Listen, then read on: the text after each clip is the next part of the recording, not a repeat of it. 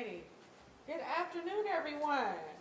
Good afternoon. And thank you for joining me today. You'll notice that everyone here is a person in the city who has a direct hand in our city's revenue.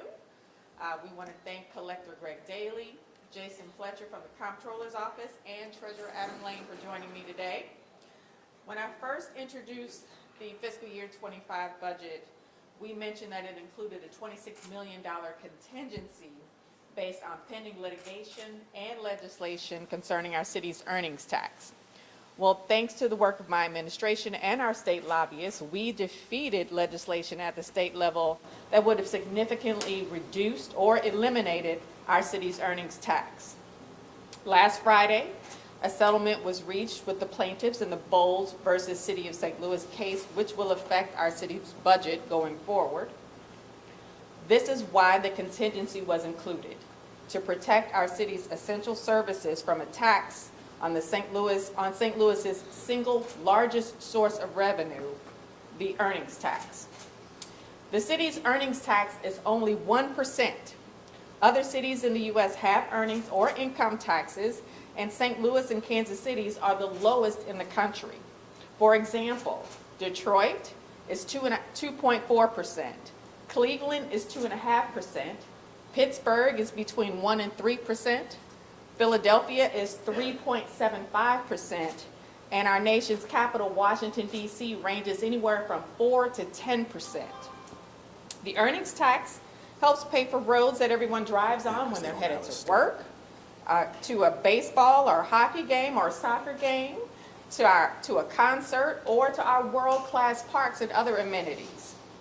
It pays for police officers and the first responders who help if there's an emergency. And it pays for much more of what makes St. Louis such an incredible city. I'm grateful to the residents of St. Louis and our region who contribute to the earnings tax. Your contribution to the city of St. Louis, the cultural and business hub of our region, is something to be proud of. We want you to continue that contribution, and we want to protect that contribution today and well into the future. That's why I am announcing the formation of the city's first long-term revenue advisory council. Executive Order 80 will establish a 12-member advisory board that's charged with exploring and recommending strategies for long-term diversification, stability, growth, and sustainability of revenue in the city of St. Louis. This council will meet monthly and will present a report that summarizes the issues they've studied and the recommendations for long-term sustainability of our city's revenue within 6 months. When I talk to city residents around the city, they can consistently stress the importance of vital funding for vital municipal services like public safety, infrastructure, support for our youth and young people, attractive public spaces, refuse, and recycling services, and more. The Long-Term Revenue Advisory Council will be made up of individuals who understand the importance of this issue from the government, the private sector, and the community, and I am excited to see the recommendations that they offer. Thank you all for joining us today, and God bless. All right, folks, time for a couple questions. What if the $26 million contingency that's in the budget doesn't end up being enough for the people who say, you know what, I am owed these tax refunds, I want them? Well, Greg, do you want to answer that question Sure. if we don't have enough? I think it remains to be seen. We don't know at this stage of the game how things are going to proceed, but we will be able to give you a better answer in a couple of months. Mayor, are you concerned this tax break might invite more people to move out of the city? What do you mean? The court, going forward, remote workers who live outside of the city limits won't have to pay this 1% earnings tax, right? Are you concerned this might encourage some people to move out of the city limits and save that 1%? Well, it's 1%, and we are doing everything we can to encourage people to move back into the city. The city's a wonderful place to live and work and play, as many of you also live in the city. So we're doing everything we can to make sure that people want to live here. It sounds like you're suggesting that you're open to raising taxes to replace this revenue hole? No, you're putting words in my mouth. Well, you're creating a panel. I am saying that we want to make sure that people enjoy living in the city and enjoy all of the amenities that the 1% tax contributes to. Mayor, Next in question. 2011, the city voted to keep the earnings tax, and Mayor Slay at the time said they would immediately start working to find a way to replace it. Obviously, it's still in place. How is this going to be different? Well, we're going to look at all of our revenue sources, not just the earnings tax. So we'll have a report within 6 months that'll tell us about the long-term sustainability of our city revenue sources.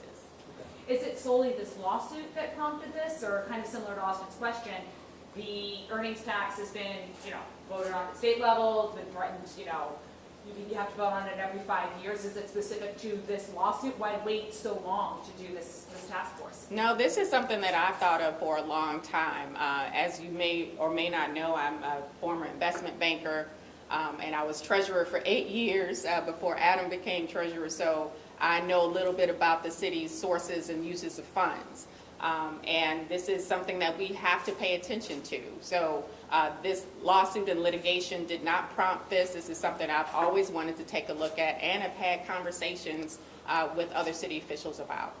Collector, quick question on the, you said that you think the cost of the last 4 years, or your office said the cost of the last 4 years would be less than $26 million. Do you have any idea what the hit to revenue going forward is going to be? No, we're going to have to wait and see how this all proceeds. I mean, obviously, we have a procedure in place. And the next 90 days are going to give us some indication as to how things are going to be moving forward. If the 26 million isn't enough, will you go to the Board of Aldermen and try to allocate more money? We will make sure that whoever applies for a refund will be getting a refund. Two more? This is something we talked about at St. Louis Community College earlier this year with the governor's panel on this, and I'm just curious, you guys have been looking at this for some time, so you must have some options. I'm sorry, we have somewhat.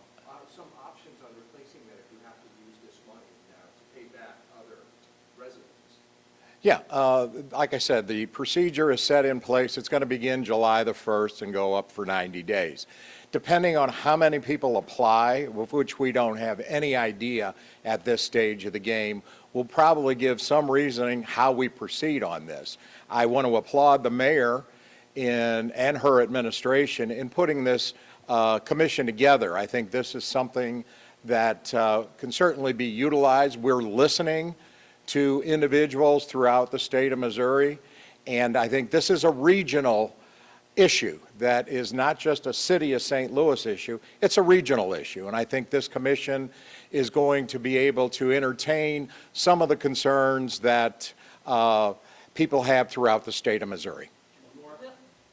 Will this be enough to get Jefferson City off the backs of the earnings tax in St. Louis and Kansas City? I think you'll have to ask that to the folks in Jefferson City. You never know what's enough for them. Will you look at their findings in their legislative committee and their hearings, their special committee that had a lot of recommendations? Will you give that to this force? They didn't have any findings other than to try to tell us what to do. Thank you. All right, let's go ahead and sign this. I know this is very preliminary, but do you have any idea of what you could do to increase revenue? I talked to Rashida Aldridge last week, and he said maybe marijuana increase, tax increase. Well, again, we'll have to